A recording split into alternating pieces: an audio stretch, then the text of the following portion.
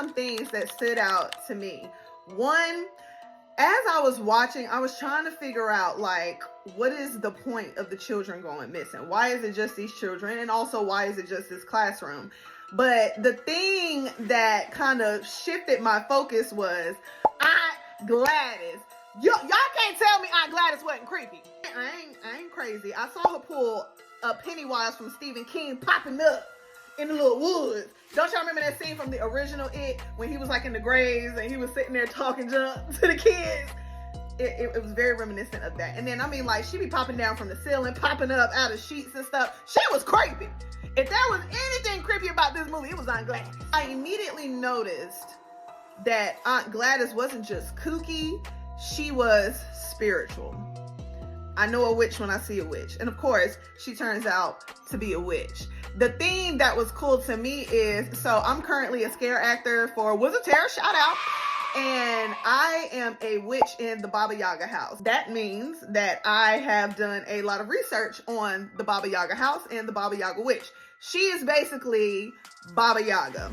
She is wrangling children to harness their energy, and she also has powers, spells, things that she can do to other people to drive them insane and to bend them to her will. She wants you to eat your friend, you gonna eat your friend. Her words, not mine. So one thing I learned about the Baba Yaga lore is that it was never explicitly stated that she eats children.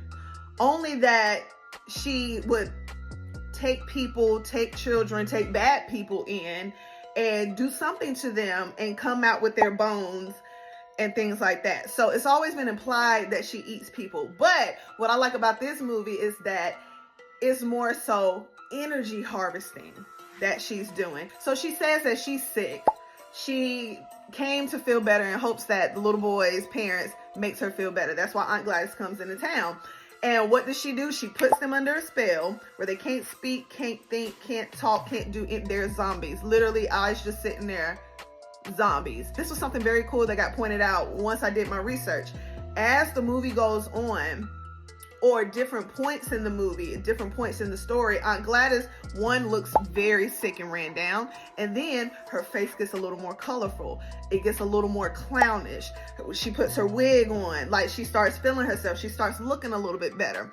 And that's because the longer she is there harvesting the energy, the more life force comes back into her. And another cool thing to point out is that her object of choice for worship, basically, or for ritual, if you will, her object of choice for ritual is a tree.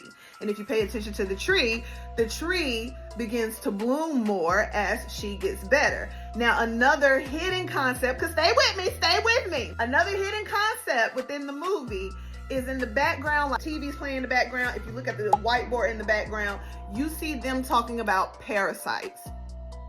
Okay? It's given cuckoo. It's given vivarium.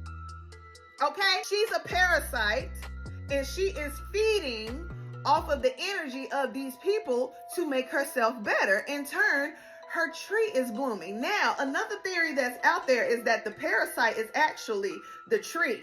That Aunt Gladys might not be the witch. Aunt Gladys has been taken over by the witch, which has possessed that tree and is harvesting energy from Aunt Gladys. And Aunt Gladys is like, well, how am I going to feed this tree?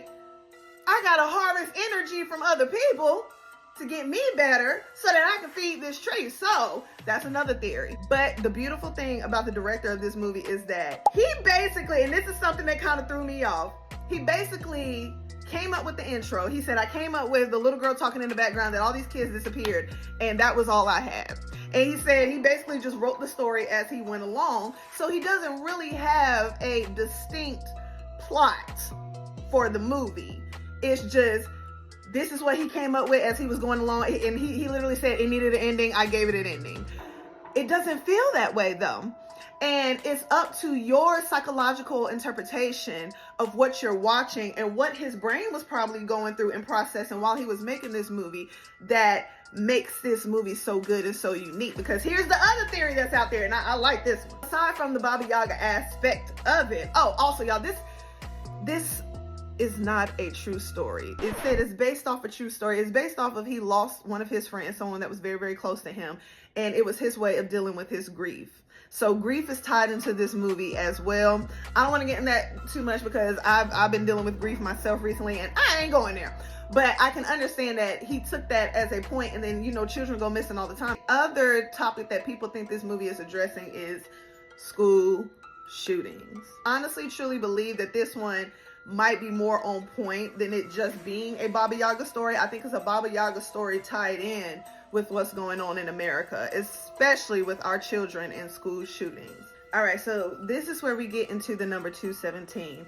And also, if you remember, there was a part where the dad of one of the parents that's missing, that's played by Josh Brolin, aka Thanos, he has a dream. And in his dream, he goes to this house, and over the house there is a weapon. And it has 217 on the weapon. It is believed that the 217 on that weapon symbolizes the Parkland mass shooting, where 17 students lost their lives, and it was done in February 217. And also is tied to Matthew 217, which, crazy thing, Josh Brolin's son's name in the movie is Matthew. And when he goes to look for Matthew, what does he see? 217. And Matthew 217 is about the killing of innocent children. Crazy, right? So it's a lot more detail I can go into these theories, but to keep it short and sweet, when you look at how the parents are acting in this movie, they don't really know what to do with their anger because their children were just taken all of a sudden. You will see the processes of grief in this movie through what the parents are going through and how it relates to mass shootings. You see the teacher getting blamed for something that she basically had no control over, just like a shooting. A teacher will sit there and try to protect those children, but at the end of the day, sometimes they lose their lives too. They sometimes get hit with the brunt of what happened to the children because the parents feel like somebody should have done something to protect my children. So you see how the teacher has to carry that and how the teacher is being attacked. You see the parents, especially Josh Brolin's character, that is so overcome with grief that he is just acting completely out of character, not even doing his job correctly when he goes to work because he is so focused on trying to figure out what happened, why is my son gone, and who's to blame. You see the parents of the little boy Alex, the one that was remaining. Apparently, the parents of Alex were supposed to symbolize addiction. You know, when you get so caught up in numbing yourself, you don't focus on your child anymore. But also, they are being harvested for their energy through Aunt Gladys, which is the witch, which means that they are a slave to whatever system that they have going on, and their energy is being pulled away to that and into their addiction. They're not even paying attention to their child, and their child is left to take care of them. Stay with me, because was he not feeding them soap? And then you have the cop that he's over here messing around with the teacher, and the teacher's like, where are the answers? Are y'all doing everything you can to get these answers? And he's like, yeah, we're doing everything we can. We're on it. Meanwhile, he's out here chasing around a crackhead over something small that ain't got nothing to do with what he really should be looking into, which, hey, he's just doing his job. You know, he's just doing his job. He's too busy cheating on his wife and worried about other crap that's going on that he's not doing his job well enough, because they still don't know where these children are, what happened, and he's not taking it very serious. And even down to the junkie. The junkie is meant to be a distraction. We are supposed to be focused on these missing children, and now once we get to him, we're wrapped up in this story of how him and the cop end up at woes with each other. We get wrapped up in the war on drugs. We get wrapped up in all these other things that's going on that we're not thinking about what is happening to our children with these weapons in these schools. Also, the 217 ties into, it was some type of bill for gun control that was trying to be passed that ended up getting shot down. Literally, no pun intended. So again, it takes you down a lot of different paths. You can look at it as just a fun, spooky story, another Baba Yaga story. You can look at it as the truth about energy harvesting that really goes on in the spirit world that people don't realize is even happening to them. Or you can take the other route and look at it as a story about grief, loss, tragedy, senseless violence, mass shootings in the school.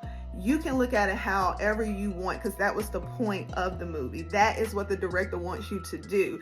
If you look at any of his interviews, he doesn't give you a direct answer about what the movie is about. He tells you his process because he wants it to be left up to your interpretation. You know what? I think I just convinced myself for it to go to a 9.5. I'll just take 0.5 off because it was a little too long. I'm gonna give it a 9.5. It was very deep. It was very good. You did that! I'll say it's not scary to me.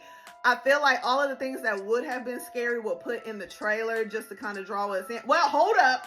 When Wong was doing his with his eyes open, y'all, I just about knocked my stuff. When Wong was doing his run with his eyes open, that I ain't gonna lie, that kind of freaked me out a little bit, okay? It did. Seeing it up close like that. It was creepy. I wouldn't say it's scary. It was creepy. Drop a comment, let me know what y'all think. If there's any other movies y'all want me to go see and do a review on, drop that in the comments as well. And if you have any hot takes on this movie that I didn't bring up and you think I should be aware of, let me know in the comments. I'll see y'all next time.